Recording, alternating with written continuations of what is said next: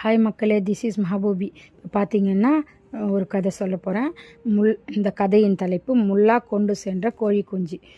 முல்லா வசித்து வந்த நாட்டின் பக்கத்து நாட்டிற்கு யாரும் கோழி முட்டைகளை எடுத்து செல்லக்கூடாது என்று ஒரு சட்டம் இருந்தது. அந்த சட்டத்தை மீறுபவர்கள் கடுமையாக தண்டிக்கப்பட்டார்கள். இதனால் அந்த நாட்டின் கோழி முட்டைகளுக்கு நல்ல விலை கிடைத்து வந்தது. இதனை நன்கு பயன்படுத்தி கொண்டு முல்லா அந்த நாட்டின் காவலர்களுக்கு தெரியாமல் கோழி முட்டைகளை எடுத்து சென்று விற்பனை செய்து நல்ல லாபம் அடைந்தார்.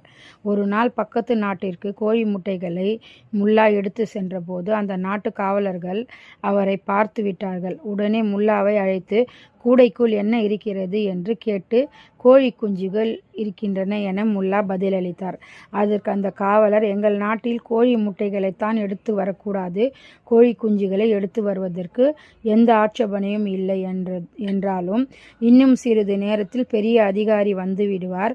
அவர் அனுமதி பெற்று நீங்கள் இந்த கோழி குஞ்சுகளை எங்கள் நாட்டிற்குள் எடுத்து செல்லலாம் என்றார். சற்று நேரத்திற்கெல்லாம் பெரிய அதிகாரி அங்கு வந்து சேர்ந்தார். காவலர்கள் அவரை நோக்கி, இந்த பெரிய மனிதர் கோழி குஞ்சுகளை நமது நாட்டிற்கு கொண்டு செல்ல விரும்புகிறார். முட்டைகளைத்தானே நமது நாட்டிற்கு எடுத்து செல்லக்கூடாது, கோழி குஞ்சுகளை எடுத்து செல்வதில் தடை ஏதும் இல்லை அல்லவா என்றாலும் தங்களிடம் ஒரு வார்த்தை சொல்லிவிடலாம் என்பதற்காகத்தான் இவரை இருக்க சொன்னோம் என்றார்கள்.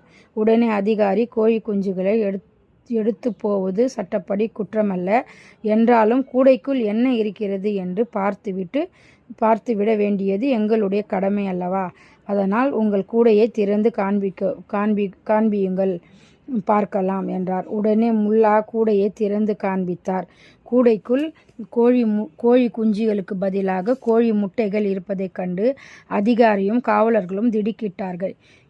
இவ்வளவு பெரிய மனிதராக இருக்கும் நீங்கள் கோழி முட்டைகளை கூடையில் வைத்து கொண்டு கோழி குஞ்சுகள் இருப்பதாக பொய் சொல்லிவிட்டீர்களே என்று அந்த அதிகாரி கோபத்தோடு கேட்டார்.